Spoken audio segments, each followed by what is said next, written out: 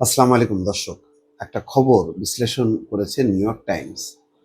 সেটা হচ্ছে ভারতের মোকাবেলায় ছায়া থেকে প্রকাশ্যে বেরিয়ে আসছেন পাকিস্তানের সবচেয়ে ক্ষমতাধর ব্যক্তি।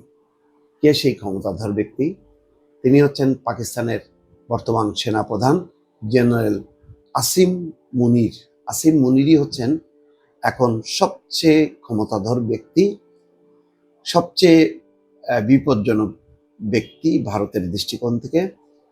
ভারত যত না পাকিস্তানের শাহবাজ শরীফ বা রাজনৈতিক নেতৃবৃন্দকে ভয় পাচ্ছেন, তার চেয়ে বেশি চিন্তিত, উৎকণ্ঠিত, আতঙ্কিত জেনারেল আসিম মুনিরকে নিয়ে।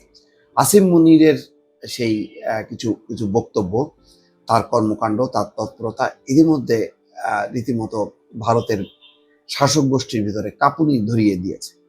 এবং পাকিস্তানের সেনাবাহিনী যে কত বড় বিপজ্জনক এবং কিভাবে ঐক্যবদ্ধ হতে পারে, এবং তারা যুদ্ধের জন্য যে পরিমাণ প্রস্তুতি নিয়ে বসে আছে, তাতে ভারত চিন্তায় পড়েছে যে এই পরিস্থিতি তারা কিভাবে সামাল দেবে। পাকিস্তানের সেনাবাহিনী যতটা যুদ্ধে পরাঙ্গম এবং যতটা ঐক্যবদ্ধ, সেই তুলনায় ভারতের সেনাবাহিনীর মধ্যে নানা অংশের দুর্বলতা আছে।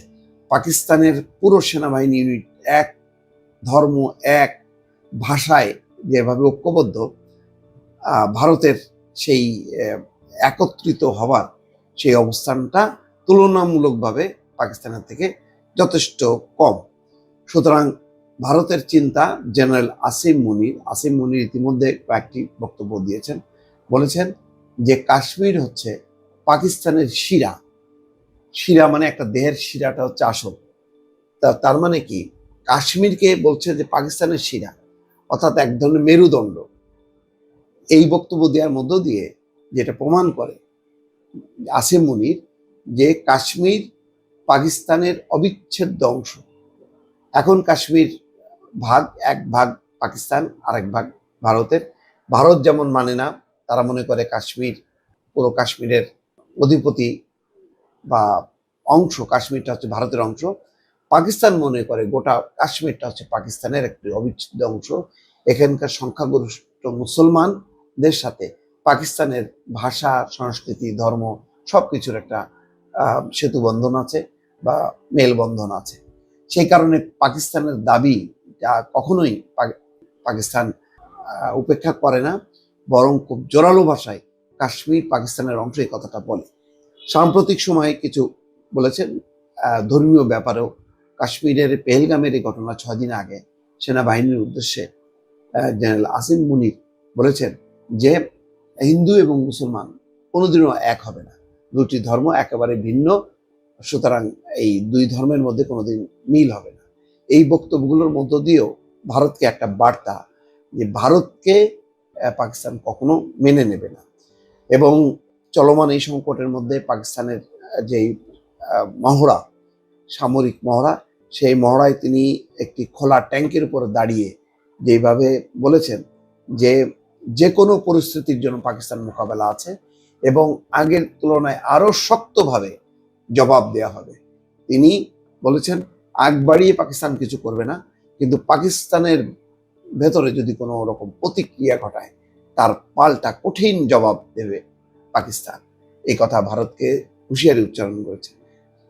আসিম মুনিরের সাম্প্রতিক সময়ের কর্মকাণ্ড, বক্তব্য রীতিমতো ভারতকে ভাবাচ্ছে এবং অনেকে মনে করছেন যে এই বিষয়গুলো নিয়ে ভারত একটু চিন্তায় পড়েছে বলে তাৎক্ষণিকভাবে যেমন ঘোষণা দেওয়া হয়েছিল যে তারা একটা পাল্টা প্রতিক্রিয়া দেখাবে, জবাব দেবে বা পদক্ষেপ নেবে, সেই জায়গায় কিন্তু থেকে আছে।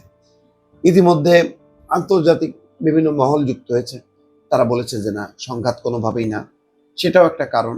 আসিম মুনির ট্যাঙ্কের উপর দাঁড়িয়ে বলেছিলেন যে কোনো রকমের বিভ্রান্তির সুযোগ নেই, ভারতের যে কোনো সামরিক আগ্রাসনের বিরুদ্ধে দ্রুত, দৃঢ় এবং আগের চেয়েও আরো জোরালো ভাবে জবাব দেওয়া হবে। নিউ ইয়র্ক টাইমস বলছে এই বক্তব্যে তিনি স্পষ্ট করে ইঙ্গিত দিয়েছেন ভারতের যে কোনো হামলার বিরুদ্ধে পাকিস্তানের পাল্টা জবাবটা হবে সমানে সমান এবং আরো বেশি মাত্রায়। ভারত ও পাকিস্তানের জেনারেল মুনিরের বক্তব্যকে দেখা হচ্ছে তার শক্ত অবস্থান প্রকাশ এবং জনসমর্থন আদায়ের হিসাবে। এমন সময় তিনি জনসমর্থন পুনরুদ্ধারের চেষ্টা করছেন। যখন কিনা পাকিস্তান বছরের পর বছর ধরে চলা রাজনৈতিক বিভাজন এবং অর্থনৈতিক সংকটে জর্জরিত।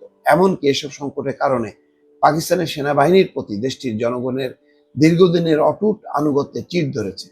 পাকিস্তানের সেনাবাহিনী বহুদিন ধরে পদ্মার আড়াল থেকে দেশটির রাজনীতিকে নিয়ন্ত্রণ করছে। অনেকে মনে করছেন যে জেনারেল আসিম মুনির এই বক্তব্যের মধ্য দিয়ে সামনে চলে এসেছেন এবং রাজনীতির যে বিভাজন আছে, অর্থনৈতিক সংকট আছে, সেই অবস্থায় সেনাবাহিনীকে ঐক্যবদ্ধ করে তিনি হয়তো রাজনীতির মঞ্চে আবির্ভূত হতে পারেন। আর সেটা যদি হন, এটাও অবাক করার কোনো কারণ নেই। বর্তমান শাহবাজের নেতৃত্বে পাকিস্তানে একটা ভঙ্গুর সরকার দেশ চালাচ্ছে, যেই সরকারের প্রতি অধিকাংশ মানুষের কোনো সমর্থন নেই। যার সমর্থন আছে, যার প্রতি, যেই ব্যক্তির প্রতি, যে দলটির প্রতি, সেই ইমরান খান এখন কারাবন্দী। তাকে কারাবন্দী রেখে পাকিস্তানে একটা দুর্বল শাসন চলছে, যেই শাসনকে আসলে মদদ দিয়ে চলেছে পাকিস্তানের সেনাবাহিনী।